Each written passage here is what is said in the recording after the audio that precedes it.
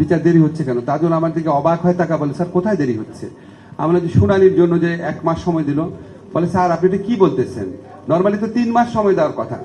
এর আগে যখন জামাতে ইসলামের লিডারদের বিচার হয়েছিল 3 মাস সময় দিয়েছিল, সেখানে 1 মাস দিয়েছে। তারপর বললাম যে কিছু কিছু লোক দেখি লেখে যে ওনারা যে আসামি যারা আছে তাদের কারো হাত করা নাই, তারা বেশ হাসি খুশি চেহারার। তখন আমাকে তাজুল বলল, স্যার ওইখানে যে জামাতে ইসলামের লিডারদের বিচার হয়েছিল সেই তো তাদের লয়ার ছিল, তাদের কাউকে হাত করা পড়ানো হয়নি তখন। তো অনেক জিনিস হয় কি আমাদের স্মৃতিতে থাকে না, আমরা একটু ইমপেশেন্ট হয়ে যাই, স্বাভাবিক ব্যাপার, স্বাভাবিক ব্যাপার।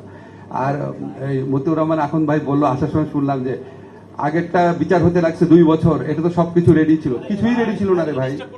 শোনেন, বিচার যে ভবনে হবে সেই ভবন রেডি ছিল না, বিচারক ছিল না, প্রসিকিউশন টিম ছিল না, ইনভেস্টিগেশন টিম ছিল না, জিরো থেকেই করতে হয়েছে। এবং আমি মন্ত্রণালয়ের দায়িত্ব নেওয়ার পরে